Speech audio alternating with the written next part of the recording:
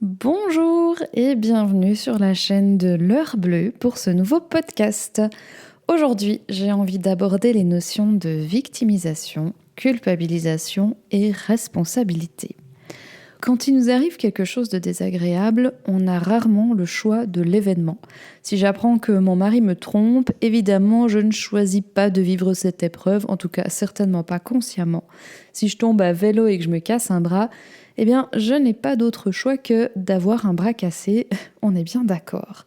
Mais si vous êtes comme moi et que vous aspirez à davantage de liberté dans votre vie, alors il s'agit de savoir comment je peux trouver ma liberté dans un cadre donné et immuable. Et pour ça, il y a une chose que rien ni personne ne peut nous prendre, c'est le regard qu'on va porter sur chaque épreuve de la vie.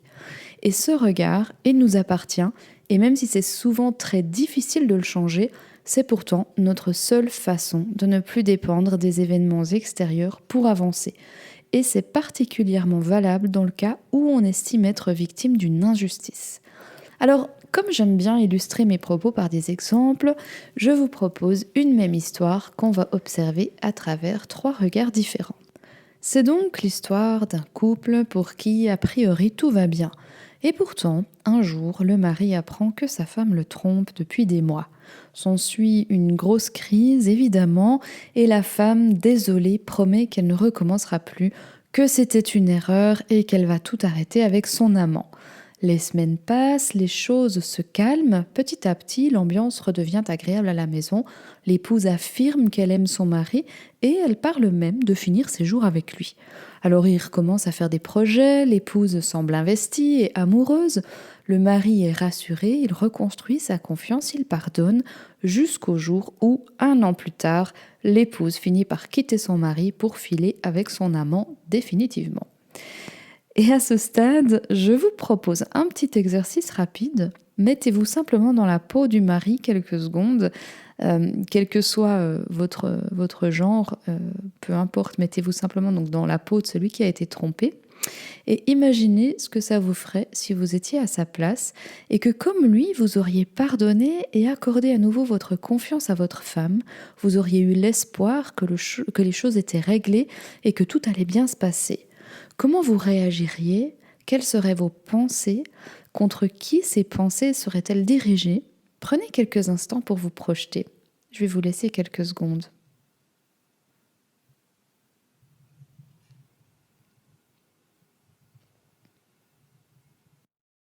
Et maintenant, voyons ensemble les 3 regards qu'on peut porter sur cette même situation. Et de votre côté, observez simplement si vous vous reconnaissez dans l'une de ces 3 propositions. Je précise que je vais parler au genre masculin pour coller à l'histoire, mais quel que soit le genre auquel vous vous identifiez, le fond reste le même.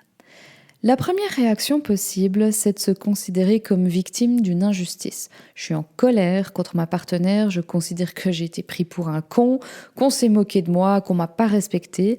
Si la colère passe, je peux également me sentir abattue, triste, désemparée. J'ai besoin de comprendre, je veux qu'on m'explique pourquoi on m'a fait croire que tout allait bien pour finalement me jeter comme une vieille chaussette. Je veux que l'autre assume sa part de responsabilité. Je veux que l'autre reconnaisse qu'il n'a pas été honnête, qu'il m'a mené en bateau. Je veux qu'il mesure le tort qu'il me fait et je reste habitée par la colère ou le désespoir. Je recherche peut-être auprès de mes amis la validation que l'autre s'est mal comporté et qu'il est donc le méchant, en l'occurrence la méchante de l'histoire. En aucun cas je ne me sens responsable, j'estime que j'ai rien fait de mal, j'estime même avoir plutôt prouvé mon amour et ma volonté de reconstruire la relation en accordant ma confiance malgré la première infidélité. Je peux aussi avoir tellement honte que j'ose pas en parler à mes proches et que je raconte qu'on s'est séparés parce qu'on s'entendait plus. Je ressasse dans mon coin, je commence à éprouver de la haine contre mon ex-partenaire. Bref, je vis des émotions très fortes et désagréables que je ne parviens pas à évacuer. Dans ce cas, j'ai l'impression que seule la reconnaissance de ma souffrance par celle que j'estime en être l'auteur pourra m'apaiser. J'aimerais des excuses, idéalement publiques, pour que nos amis communs sachent ce que ma partenaire m'a fait et pour qu'ils comprennent que je suis la victime dans l'histoire. Bon, peut-être que j'ose pas m'avouer ce dernier point, mais je sais que ça me ferait sûrement du bien. Et je souhaite secrètement à mon ex-femme de vivre la même chose un jour pour qu'elle comprenne, pour que ma peine soit mesurée et reconnue. Mon retour à un mieux-être est aussi peut-être conditionné par la validation de mes amis en ce qui concerne le mauvais comportement de mon ex-partenaire. Si j'arrive à leur faire comprendre que j'ai été victime de ces mauvais agissements, ils vont me soutenir, ils seront dans mon camp. Et tout ça, au final, va permettre à mon ego de croire qu'il a une certaine valeur, que je suis aimée et que je suis quelqu'un de bien. Non mais... Le grand problème quand je suis dans cette dynamique, c'est que je perds complètement mon pouvoir. Ma capacité à avancer dépend des autres et dépend de la reconnaissance de ma souffrance par l'extérieur. Mais il se peut, et il est même probable, que cette reconnaissance n'arrive jamais. Vous savez certainement qu'il y a de nombreux cas de viol dont les auteurs sont acquittés, et c'est cruel, c'est injuste, c'est horrible, mais c'est la réalité. Alors, si notre guérison ne dépend que de l'extérieur et de la reconnaissance qu'on espère avoir, il peut s'écouler un sacré moment avant qu'on parvienne à être en paix. Et il y a fort à parier qu'on ne soit jamais vraiment complètement en paix, qu'on ait toujours une forme de ressentiment, d'amertume. C'est un choix, on peut faire le choix de prendre cette voie-là, mais c'est pas celui qui contribue le plus à notre épanouissement.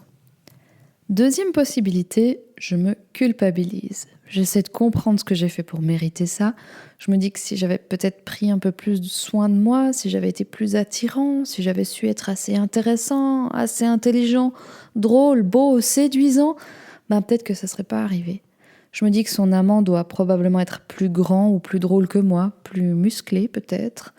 Peut-être même qu'il a plus d'argent, qu'il lui offre une vie de rêve et que je ne peux pas rivaliser avec ça. Je me culpabilise de ne pas avoir vu les signes, d'avoir peut-être même fait l'autruche, d'avoir été naïf. Je m'en veux terriblement d'avoir pardonné, je me traite de con. Je suis envahie par la tristesse et mon estime de moi dégringole au 6e sous-sol. Dans cette situation, je me dévalorise, je ne me sens pas aimable dans le sens qu'on peut m'aimer. Je détermine ma valeur par rapport à la valeur de l'amant. Il est tout plus que moi. Il est plus grand, plus beau, plus riche, tout ce que vous voulez. Et donc, je me sens impuissant parce que je peux simplement pas être autre chose que ce que je suis. Rien ne me fera gagner 10 centimètres. Aucun entraînement ne me permettra d'être aussi doué que lui en natation s'il la pratique depuis l'enfance. Aucun cours de guitare ne me permettra d'avoir son toucher. Et bref, si je ne parviens pas à me détacher de la comparaison que je me fais avec l'autre, alors ma valeur sera toujours déterminée par ce que j'estime que l'autre a de plus ou de moins que moi. Ma capacité à m'aimer et à m'estimer dépendra toujours d'une référence externe, et c'est plutôt tragique quand on y pense. Enfin, dernière option, c'est de reprendre son pouvoir et sa responsabilité. Dans ce cas-là, je suis capable de m'observer quand je traverse les 2 états précédents et je vais les traverser parce que je reste un humain, faut pas pousser non plus. Mais je m'accueille dans cette vulnérabilité. J'observe mon ego qui s'agite et je ne cherche pas à le faire taire par la force, mais je ne l'alimente pas non plus avec des pensées inutiles. Je vais donc éviter d'imaginer ma femme avec son amant qui prenne du bon temps sans moi, on est d'accord ? Je ne soutiens pas ces pensées et je parviens à conscientiser quand mon mental et mon ego m'embarquent dans leurs élucubrations. À ce moment-là, je fais un petit pas en arrière et je dis stop.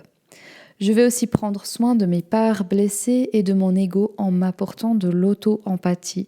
Et pour ça, je peux déjà prendre un petit peu de distance avec la situation en me disant à voix haute, et c'est important, j'insiste sur la voix haute, je vais dire « j'observe que quelque chose en moi souffre ». Au lieu de dire « je souffre, j'en chie, je crève de douleur ». En faisant comme ça, en fait, je mets une certaine distance sur mon émotion. Déjà parce que je commence ma phrase en disant « j'observe que », et en plus je dis que quelque chose en moi souffre. Donc vous voyez, ça fait vraiment une nuance et sur le plan du cerveau, cette nuance verbale, elle est importante.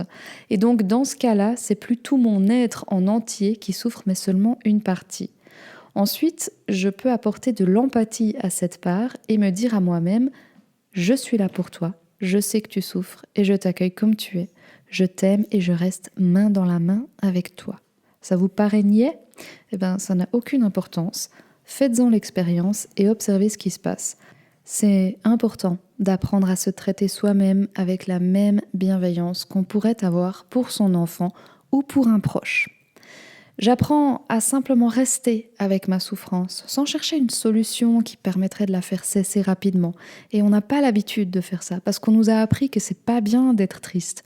Au mieux, faut pas pleurer, et au pire, faut arrêter de se complaire dans sa souffrance, faut s'activer, se changer les idées, aller au sport, voir des amis, mais surtout pas être triste. Et pourtant, paradoxalement, c'est en acceptant de souffrir et en prenant le temps de digérer notre souffrance qu'elle va finir par disparaître. C'est comme si vous avez fait un énorme gueuleton et que vous essayez d'aller courir juste après. Ça va pas bien se passer. Alors le gueuleton, on se pose et on le digère. Et enfin, je décide aussi que mon bonheur est entre mes mains et surtout pas entre les mains de mon ex-femme. Si j'attends d'elle qu'elle reconnaisse ses torts et ma souffrance pour avancer, alors je lui confie les clés de mon bonheur et je dépends d'elle. Si je veux être acteur de ma vie et créateur de ma joie, alors je dois reprendre les rênes et être capable de reconnaître moi-même ma souffrance et à m'apporter moi-même toute la bienveillance et le réconfort dont j'ai besoin. Il n'y a que par l'amour inconditionnel de soi qu'on parvient à l'apaisement. Le seul chemin, c'est l'amour et non la lutte. Et pour terminer sur une note d'humour, j'ai envie de partager avec vous une citation de mon grand-père qui était philosophe à ses heures et qui disait ceci: un coup de pied au cul, ça fait mal, mais ça te projette toujours en avant. Voilà, si vous avez des commentaires, des questions ou si vous voulez partager vos expériences, n'hésitez pas à le faire en commentaire et je lirai ça avec grande attention. Très belle suite à vous et à bientôt!